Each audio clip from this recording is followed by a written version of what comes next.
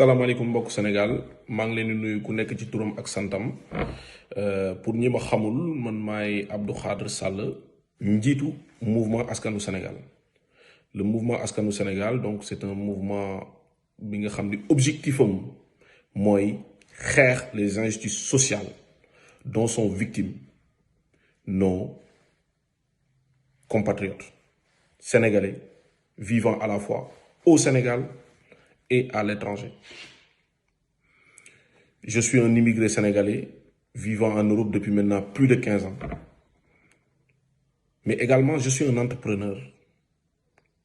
Et je suis un fervent défenseur de la justice sociale. Loolu moo tax, quand on voit les inégalités qui persistent, quand on voit les régimes gouvernementaux qui se succèdent, et qui nous disent toujours la même chose. Mais également, quand on remonte un peu plus haut, même récemment, au mois de mars dernier, les émeutes qui se sont passées au Sénégal,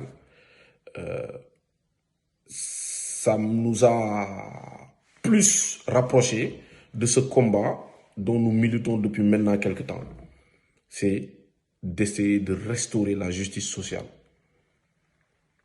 à la fois au Sénégal et à l'extérieur du Sénégal pour nous, émigrés vivant en Europe et ailleurs dans le monde. Donc tout ce qui représente la diaspora sénégalaise. Parce qu'aujourd'hui, faire partie de cette diaspora est à la fois un honneur, mais aussi une responsabilité. Parce que dëkk bi mënuñ ko bàyyi ak ñi nga xam ne dañu nekk Sénégal toog di def lu leen neex sans foi ni loi. Et qu'aujourd'hui, personne ne dit rien. Ou on parle, mais on n'agit pas. Mes amis, chers concitoyens, il faut qu'on réagisse. Récemment, le ministre de l'Intérieur a sorti un décret disant qu'il y a une révision exceptionnelle des listes électorales. Une réouverture, voilà, des listes électorales pour que les gens puissent s'inscrire. Ça se passera du 7 mars au 31 mars. C'est 3 semaines. 3 semaines dafa gaaw. C'est rien. Moo tax ma ni, nos amis, ne nous laissons pas entrecoupés. Il faut que nous jël nos responsabilités. Les Sénégalais de la diaspora, d'où qu'ils soient. Et on a une chance aujourd'hui par rapport aux autres pays africains, c'est que le Sénégal a quasiment des bureaux consulaires dans quasiment toutes les grandes villes de tous les grands pays de ce monde, notamment en Europe. Dama bëgg ngeen dem, vous vous inscrivez massivement aux élections législatives pour qu'on puisse s'élever et partir d'une seule voix et gagner ces élections législatives. Mbokk yi dama ne seetaan am ndaje bala moo neex nga bokk ci jëfañu ci ñi jëf. Waaw dama ne seetaan bala moo neex nga bokk ci ñi ciy jëf. Dama bëgg nag élection yi di ñëw ñu saf si sap. Parce que diaspora bi, on a une force importante que malheureusement nous n'avons pas su exploiter.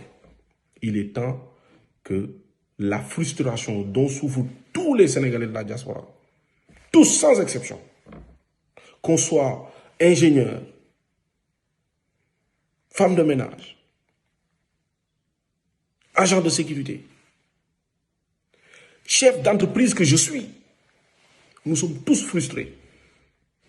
Parce que, quoi qu'on puisse dire, fii dëkkuñu fi, fan lañ dëkk Sénégal. Kon nag dama bëgg ñu inscrire massivement aux listes électorales du 7 mars au 31 mars pour mën a parler d'une seule voix et faire part de notre attachement aux valeurs démocratiques de notre pays, le Sénégal. Parce que les élections législatives, ça va arriver vite, c'est au mois de juillet. Ñun waa askanu Sénégal On compte faire des débats un peu partout en Europe, pour aller dans les grandes villes, rencontrer les Sénégalais, discuter avec eux des problématiques quotidiennes dont nous souffrons tous et que nous connaissons. Mbokk yi, il faut aller dès le 7 mars s'inscrire massivement sur les listes électorales. Et il faut suivre les actualités de Askanu Sénégal. Parce qu'il y a des belles choses à faire. Il y a des belles choses en perspective. De mon bëgg Sénégalais yépp jàpp ci. Parce que Sénégal ñoo ko moom et on en a marre des promesses non tenues. Wassalam.